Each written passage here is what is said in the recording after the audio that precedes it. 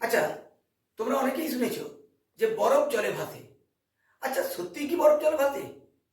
আচ্ছা, যদি বরফ জলে ভাসে তাহলে বরফ জলে ভাসে কেন? এসো আজ এই প্রশ্নের উত্তরগুলোই একটু খুঁজে বের করি। আমার হাতে দেখো একটা বরফের বাটি আছে। এটা আমি ডিপ ফ্রিজে রেখে বরফটা তৈরি করেছি। এইটা এখন আমি এই বালতির জলে রাখবো, রেখে দেখবো বরফটা জলে ভাসছে কিনা। হ্যাঁ, সত্যি তো বরফ তো জলে ভেসে আছে। এবার কথা হলো জলে ভাসছে কেন? তার কারণ হলো এই জলের প্রবতা, অর্থাৎ ঊর্ধ্বমুখী চাপ। ঊর্ধ্বমুখী চাপ দিচ্ছে বরফের উপর জল, আর সেই জন্যেই বরফটা ভেসে আসছে। আচ্ছা, বরফের বদলে যদি অন্য কিছু হতো তাহলে কি এটা হতো?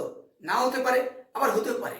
এক টুকরো লোহাকে আমি যদি জলে দিই তাহলে দেখবো লোহাটা ডুবে যাচ্ছে, কিন্তু লোহার তৈরি কড়াই ঠিক এই কারণেই, জলের প্লবতার কারণেই জলের উপরে ভেসে থাকে।